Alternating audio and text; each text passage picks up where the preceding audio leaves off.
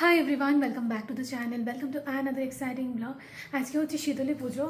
ভেবেছিলাম লক্ষ্মীপুরে করব, বাট হয় উঠেনি, বারণই ছিল ওই দিন। তো শীতলী মন্দিরে পুজো হয়নি। তো আজকে আমাদের পাড়াতে হচ্ছে, আজকে শনিবার, তো ভাবলাম করে নিই। আর আমার মা বলেছে যে নাকি বাচ্চাদের জন্য করতে হয় এটা, তো আমি করছি এবার। তো চলো আজকে ব্লগটাকে এখান থেকে স্টার্ট করছি। সকালবেলা আমার শাশুড়ি মা সব কিছু ভোগটো গুছিয়ে আমাদের হেল্পিং হ্যান্ড যিনি দিদিকে দিয়ে পাঠিয়ে দিয়েছি ভোগটো, কারণ আমার দুবার যাওয়া সম্ভব না। তো এখন স্নান টান করে 11:30 বাজে, এখন আমি যাব অঞ্জলি দিতে। সো চলো দেখানো যাক, যদি পারি যদি দেখাতে, তাহলে তো সব কিছু তোমাদের সাথে শেয়ার করবো। সো এটা হচ্ছে গিয়ে আমার আউটফিট। খুব তাড়াহুড়ো করে রেডি হয়েছি, চুলগুলোও ভিজে রয়েছে। আর এই শাড়িটা পরে নিয়েছি তাড়াহুড়ো করে ভাই। চলো এখন বেরিয়ে পড়ি, এসে যদি পারি 2-1 ফটো উঠবো। তো এই যে রুদ্রকে নিয়ে যাচ্ছি, আমি একা একা যাবো, তো রুদ্রকে আজকে দোকানে যেতে দেয়নি, বললাম যে আমার সাথে যাবি। আর কি বলো তো, আজকে যে শাড়িটা পরেছি এটা বৈশালী দি অর্ডার দিয়েছে। বৈশালীদি দেখলে বা আন্টি দেখলে বুঝবে। ভাবলাম আজকে শাড়িটা পরে নিই। আর ব্লাউজ পিস তো নেই, তো আমি ব্লাউজটা অন্য একটা শাড়ি পরেছি, ধুয়ে টুয়ে রেখেছিলাম।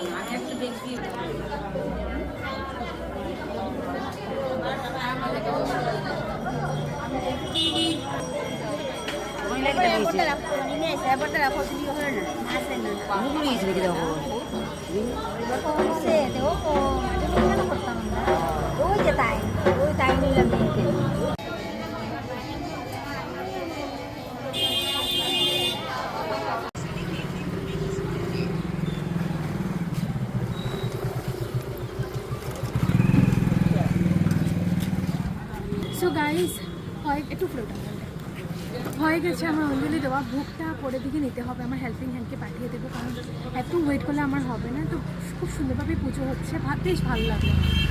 আমি এত তাড়াহুড়ো করে এসেছি, আর মানুষজন এখন যাচ্ছে, মানে এখন অঞ্জলি হবে। আমি যাওয়ার আগে একটা হলো, মানে এক ব্যাচ হলো, আমি যাওয়ার পরে একটা হলো, এখন আরও হবে।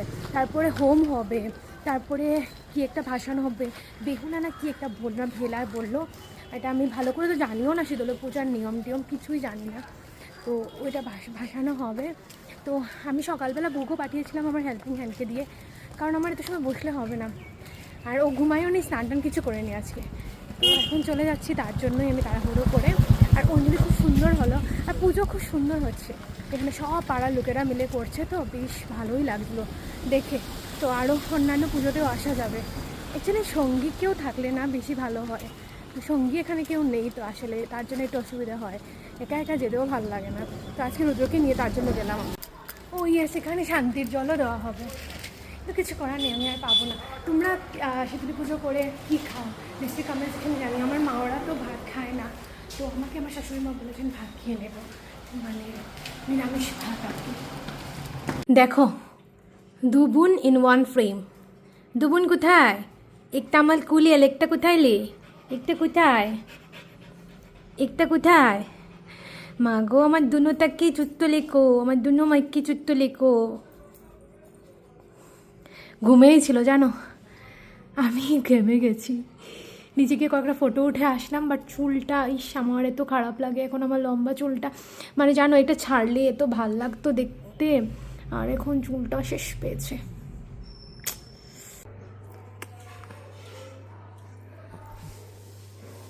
তোমার পায়ে একটা কোথায় কোথায় ফেলে দিয়েছো বিছানায়। তো এই যে হচ্ছে কাঁঠালের তরকারি আর সাথে কুটি আলু ভাজা, এখন খেয়ে নিচ্ছি। সো গাইস, হয়ে গেছে খাওয়া দাওয়া কমপ্লিট। কাঁঠালের তরকারিটা কাল বানানো হয়েছিল, কাল ছিল সোমবার, তো কাল বানানো হয়েছিল, তো আজকেও খেয়ে নিলাম। আর রাতে আমি এক সিদ্ধ ভাত খাবো। অ্যাকচুয়ালি আমার বেবি যেহেতু খুব ছোট, তো এখন আমি যদি উপোস থাকি তো ও কিভাবে খাবে আর কি করবে, তো তার জন্যই আমার শাশুড়িমা বলেছে যে তুমি খেয়ে নাও। বাচ্চার মায়ের সাথে এত ধরা বাঁধার কিছু নেই, কারণ বাচ্চা আমার যেহেতু খুবই ছোট, ঠাকুরও বুঝবেন। আর এখন আমি আনবিকে ঘুম পাড়িয়ে দিয়েছি, এখন আমিও একটু শোবো। আর চলো, আর এই দেখো এই বেড কভারটা তোমাদেরকে দেখাচ্ছি। হ্যাঁ, এটা ইলাস্টিক সিস্টেম বেড কভার, খুব সুন্দর বেড কভারটা। তোমাদের দাদা এনেছে, কারণ আমাদের বেড কভারটা গোছানো থাকে না ওর মানে আনবির জন্য। এটা খুব সুন্দর, দেখো এই যে ইলাস্টিক সিস্টেম, খুব সুন্দর এই বেড কভারটা, পিলো কভার সহ। তোমাদের লিঙ্ক লাগলে বলবে, আমি লিঙ্ক দিয়ে দেবো। এই যে দেখে নাও। আর আমি ব্ল্যাঙ্কেট নিয়ে এসেছি, কারণ হচ্ছে কি এখন একটু ঘুমাবো। আর এখানে আনবিকে শুইয়ে দিয়েছি। একটা জিনিস দেখো, ওর পাপা এনেছে, এটার ভেতরে জল, বুঝলে, এটা জলটা মানে ঢুকাতে হয়েছে আমাদের। তো এটা ওর টামি টাইম, হ্যাঁ, টামি টাইম করার সময় ওটার মধ্যে ওকে রাখি, তো ও খুব এনজয় করে জিনিসটাকে। এরকম এরকম লড়ে, তো জিনিসটা নড়ে আর কি, তো এনজয় করে। দেখেছো, ওকে আমি তুলে দিয়েছি এটার মধ্যে। তো আর এটা তোমরা গরমের দিনের জন্য খুব ভালো, কারণ এটার মধ্যে রাখলে একটু ঠান্ডা হয় শরীরটা, তো গরমের দিনের জন্য এটা খুব পারফেক্ট হবে। টামি টাইমও হয়ে যাবে, আর উপর সে মানে ঠান্ডা ঠান্ডাও ফিল হবে শরীরটার মধ্যে। তো আমি ওর টামি টাইমের সময় এরকম সামনে একটা কিছু বাজিয়ে দিই, যাতে করে ও এটাতে একটু ব্যস্ত থাকে আর ওর মানে দেখতে ভালো লাগে জিনিসটা। তো এটা অফ হয়ে গেছে, এখন দেখবে আমি এটাকে কীভাবে বাজাবো। দেখেছো দেখেছো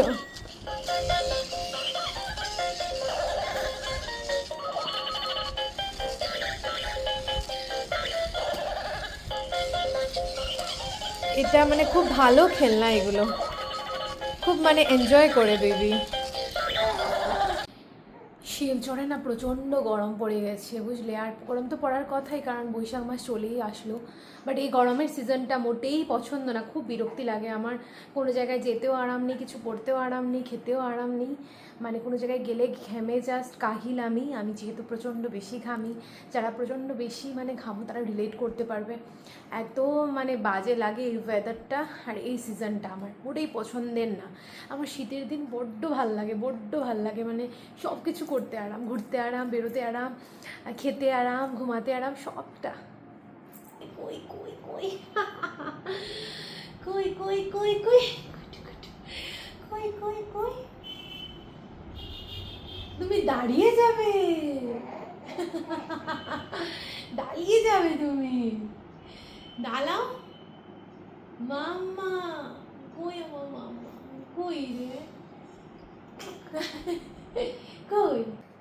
8টা বাজার 15 মিনিট বাকি, মেয়ে আমার ঘুমিয়ে গেছে, এখন ঘুমোচ্ছে।